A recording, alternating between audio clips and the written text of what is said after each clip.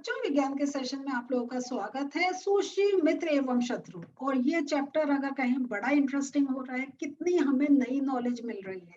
जो बातें हम लोग एक बड़े नॉर्मल कह देते हैं कि इस बात की दवाई ले लो, इस बात का इंजेक्शन ले लो, इस बीमारी को ऐसे ठीक कर सकते हैं, उसका क्या अर्थ है, किस प्रकार हम ये जो इंजेक्शंस लेते हैं या जो हम वैक्सीन लेते हैं, वो कैसे अब हमें पता चल रहा है कि वो हम एक मृत या इनएक्टिव जो माइक्रो ऑर्गेनिज्म है जिसके कारण वो बीमारी होती है, उसको हम अपने शरीर में प्रवेश करते हैं, जैसे हमारी कोशिकाएं तैयार हो जाएं उनसे लड़ने के लिए।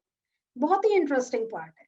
तो अब इंटरेस्ट आ रहा है ना, चलिए आगे चलते हैं। और आज हम लोग सूजी और हम एक थर्ड पार्ट ले रहे हैं और उसमें हम देखते हैं आज कि कैसे ये मृदा के में किस प्रकार कार्य करते हैं। तो टाइम है बुक खोलने का। तो बच्चों हम लोग ये देखते हैं कि ये जो है हमारा मृदा की जब हम बात कर रहे हैं, मिट्टी की बात कर रहे हैं, इसमें उर्वरता का है कि अगर फर्टिलिटी का बात कर रहे हैं कि अगर मिट्टी जो है उसके अंदर फर्टिलिटी नहीं होगी, उसके अंदर उर्वरता नहीं होगी, तो उसमें जो हम कोई भी पौध लगा रहे हैं, कोई भी पेड़ लगा रहे हैं, कुछ भी हम उसमें लगा रहे हैं, कोई फसल उगा रहे हैं, वो प्रॉपर एक पनपेगी, है ना। तो अब ये देखिए कि इसमें भी जो इसकी फर्टिलिटी को इंक्रीज करने में माइक्रो ऑर्गेनिज्म का बहुत बड़ा रोल है। तो ये कैसे है कि कुछ जीवाणु एवं नीले हरे शैवाल, तो ब्लू ग्रीन एल्गी कहते हैं हम इनको, इनका ये कार्य होता है कि जो हमारे एटमॉस्फेयर में जो हमारी नाइट्रोजन है, जिसको हम वायुमंडलीय नाइट्रोजन करते हैं, इसका वो स्थिरीकरण करते हैं, इसको अगर कहीं सॉइल में फिक्स करते हैं। हम ये जानते हैं कि जो नाइट्रोजन है वो जो प्लांट्स डायरेक्ट जैसे ऑक्सीजन ले लेते हैं, कार्बन डाइऑक्साइड ले लेते हैं, लेकिन प्लांट्स नाइट्रोजन को डायरेक्ट नहीं ले सकते। वो उनको सॉइल से पानी में जब वो डिसॉल्व हो जाती है तभी उसका अवशोषण कर पाते हैं। तो वो सॉइल में नाइट्रोजन कैसे फिक्स हो रही है? सॉइल में नाइट्रोजन फिक्स हो रही है कुछ जीवाणुओं और कुछ जो है ब्लू ग्रीन एल्गी, नीले हरे शैवाल के कारण। तो और ये नाइट्रोजन का इसलिए मिट्टी में एक जरूरी है क्योंकि ये मिट्टी की उर्वरता में वृद्धि करता है और इन्हें सामान्यतः जैविक नाइट्रोजन स्थिरीकारक कहते हैं। तो इस प्रकार के जो जीवाणु हैं इनको हम कहते हैं जैविक नाइट्रोजन स्थिरीकारक। वो के एक नेचुरली फिक्सिंग बैक्टीरिया उनके उनको वो बोलते हैं। और ये मैंने आपको जैसे पहले भी कहा था, आपके चैप्टर के एंड में एक नाइट्रोजन साइकिल पूरी है और ये बहुत इंपॉर्टेंट है। वो हम जब लेंगे तो ये जो टॉपिक्स हैं इनको एक बार फिर से एक बार हमारा उनका रिवीजन हो जाएगा।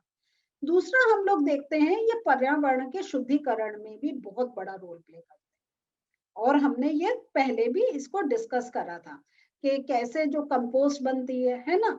और हम ये देखते हैं कि हमारे अगर ये कंपोस्ट नहीं बने तो फल सब्जियों के जो छिलके हैं वो हमारे कितना ढेर लगता जाए, लेकिन वो क्या होता है वो सारा उस पर वर्क का उनका अपना प्रोसेस चलता है। वो फिर बिल्कुल उनमें कहें बिल्कुल एक उनका ब्रेकेज हो जाता है, वो बिल्कुल सिंपल फॉर्म में आ जाते हैं और मिट्टी में मिलते चले जाते हैं। तो इसलिए हम कहते हैं प्लास्टिक है वो पॉल्यूशन कारण करता है क्योंकि उस पे जो हमारे माइक्रो ऑर्गेनिज्म है वो रिएक्शन नहीं कर पाते हैं क्योंकि वो जैविक चीजें नहीं है, वो आर्टिफिशियल बनाई गई है। लेकिन जो जैविक चीजें हैं और इसमें अगर हम कहें तो हमारे एक किचन का जो वेस्ट है, जितनी फल सब्जियों के छिलके वो ही नहीं, हमारे जितने भी जंतु हैं वो देखते हैं ना कि हम वो कोई आप कभी कहीं जाते होंगे तो बड़ी गंदी सी स्मेल आती होगी, आप कहते होंगे जरूर यहाँ कोई जानवर मरा हुआ है ना। और आप कभी कभी आपने अगर जाके देखा होगा तो कोई गाय कुछ ऐसा कोई जंगली जो अगर वो खत्म हो गया है तो काफी तो चील कौवे आके उसके शरीर को खा जाते हैं, लेकिन उसपे हम देखते हैं छोटे छोटे से कुछ कीड़े मकोड़े भी घूमते रहते हैं और थोड़े टाइम में हम देखते हैं जो उसका फ्लैश है, मांस है, वो गायब हो जाता है, सिर्फ हड्डियों का ढांचा बचता है। तो वो जो मांस है वो कहाँ गया? वो माइक्रो ऑर्गेनिज्म उसका अवशोषण कर लेते हैं। तो इस प्रकार देखें तो ये जो हमारे सूक्ष्मजीव हैं वो किस प्रकार एक हमारे जो वातावरण है, जो पर्यावरण है, उसको एक क्लीन रखने में सहायक होते हैं।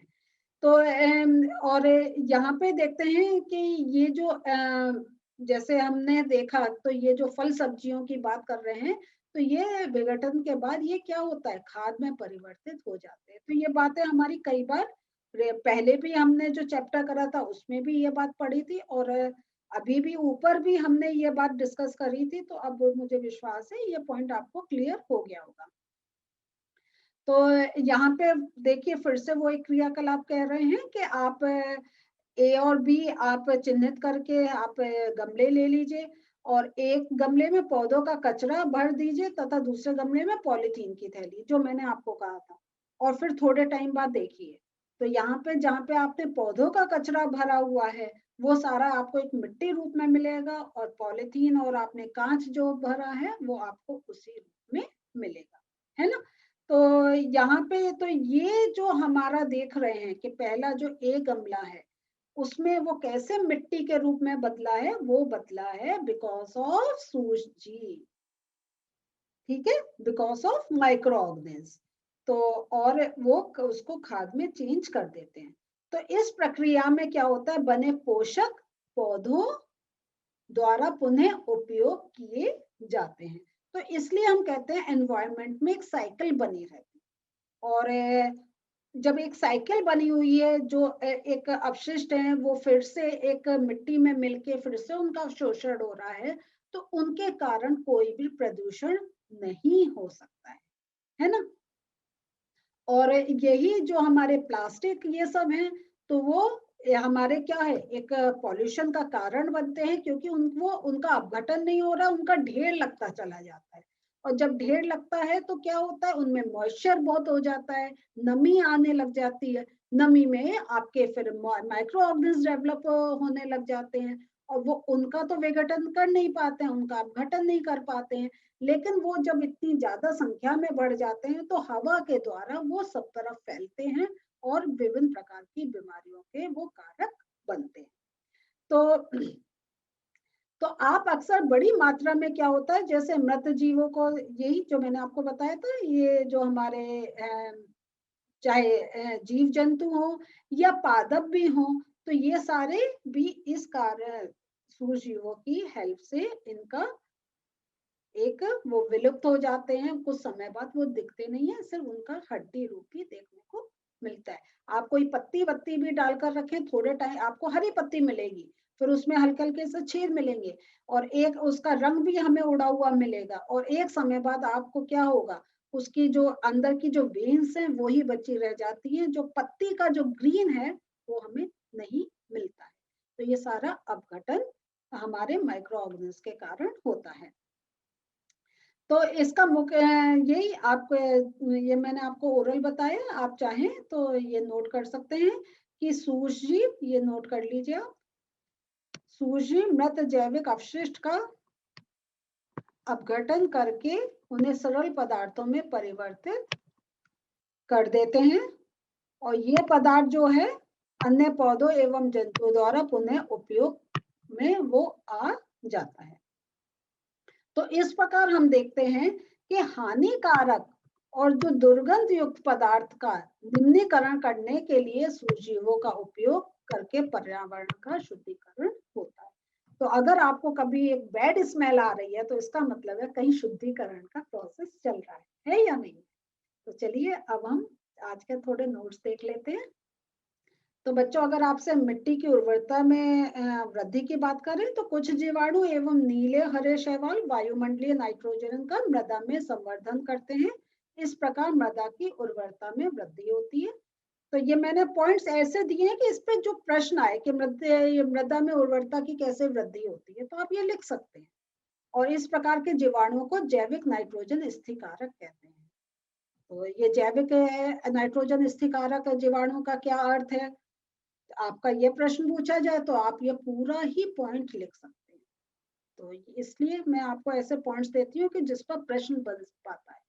और ये पर्यावरण की शुद्धिकरण, सूजी मृत जैविक अपशिष्ट का अपघटन करके उन्हें सरल पदार्थों में परिवर्तित कर देते हैं। इस प्रकार सूजी पर्यावरण का शुद्धिकरण करते हैं। तो सूजी किस प्रकार शुद्धिकरण करते हैं? तो आप ये एज इट इज आप लिख देंगे, आपका आंसर कंप्लीट है। या आप सूजी में किस प्रकार, हाँ वो हमारे लिए फ्रेंडली है, तो उसमें आप ये पॉइंट लिख सकते हैं।